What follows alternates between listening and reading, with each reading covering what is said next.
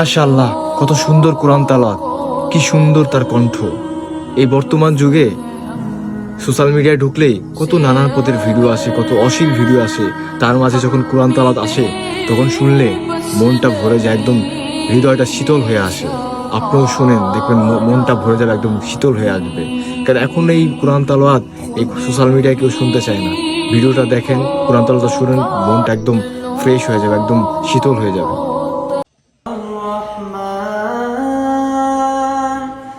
علم القرآن خلق